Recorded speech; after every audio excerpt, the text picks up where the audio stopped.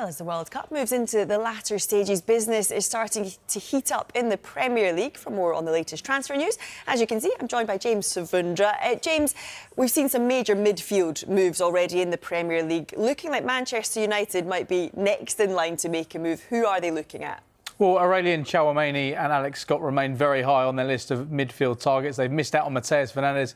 He's joining Tottenham. We've seen Elliot Anderson go to Manchester City. Sandro Tonali will be confirmed very soon as a Spurs player as well. And we know midfield is the priority for Manchester United in this transfer window. So I mentioned those two players there. In terms of other players on this list, Felix Metscher, Ayoub Boadi, Sander Berger at Fulham and Eduardo Camavinga at Real Madrid. Now, the situation around the two Real Madrid players is slightly confused here because Real Madrid themselves are looking for a revamp in midfield this summer. So if they are to bring in a midfielder, we know they've been looking at the likes of Rodri. They put out a statement about Enzo Fernandez, which we'll get onto later today. But if there is room for them to move on one midfielder, it's felt Camavinga could be the player who departs. So that could be a potential alternative for Manchester United. But it feels like Alex Scott and Tchouaméni are two of the top targets right now. Manchester United have had a flatter window so far, and I'm sure many fans watching are a little bit disappointed. Ederson will complete his formalities after the World Cup, but another likely Premier League proven midfielder is expected to arrive. Alex Scott is one to watch, and Arsenal are there. Aurelien Tchouaméni is viewed as Premier League ready because of the calibre of player that he is. And if Real Madrid sign a six or need some funds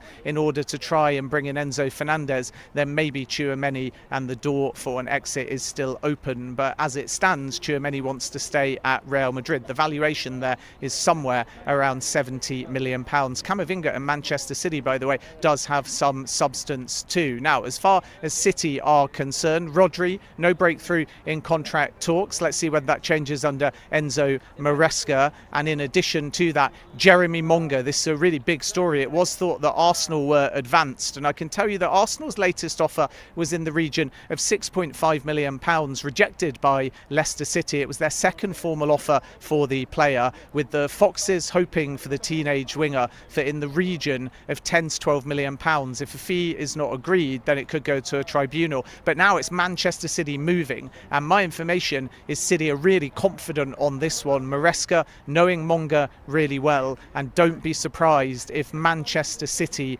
win the race for Jeremy Monga, and then we'll have to determine whether things go to a tribunal or not. Just a bit more on West Ham and Manchester United away from the centre of midfield. An exclusive story for you here on TalkSport. My information is, even though Manchester United are prioritising the centre of the park and the left side is somewhat contingent on Marcus Rashford's future, talks are now underway directly between West Ham United and Manchester United for Crescencio Summerville, who's just getting back from the World Cup. And don't forget too, Tottenham have looked at him in the past as well. Their primary focus is Savinho. Let's see whether the Manchester City board choose to sanction that deal or not. Let's move on to Liverpool. Bradley Barcola remains one to watch. I know we've heard some reports that say not for sale, and that is PSG's stance for now, but PSG are really confident on signing Yan Diomande, even though Leipzig have said publicly the player is not for sale and they want about 130 million euros. But my information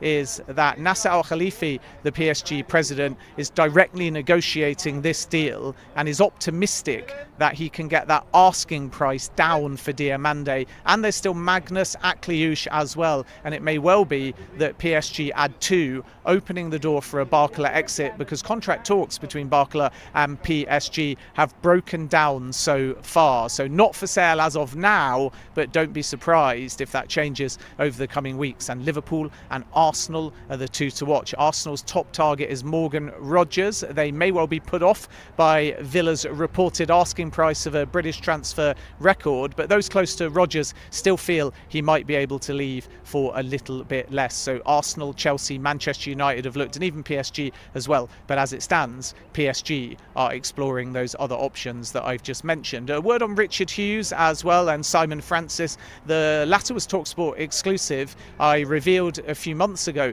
that he was set to join Al Hilal, and I can tell you he has now started, the former Bournemouth technical director, and the expectation is that Richard Hughes will join at some point, but will definitely see out this window. So Hughes' full focus is only on Liverpool through the summer, but then it is very realistic that he will leave Liverpool and end up moving to Saudi Arabia. Then we have some movement for a few other clubs to mention. Everton have confirmed Hayden Hackney. That total package is around £25 million. And Bournemouth have made a very impressive signing from Elche, Alvaro Rodriguez, for £22 million. And then we have Shea Charles, who Leeds United have made a second bid for. It's in excess of £20 million. Some sources say it's a little bit closer to 25 million, but that's including the add-ons. But sources that I speak to at Southampton are adamant that at the time of recording, Leeds United are nowhere near the asking price.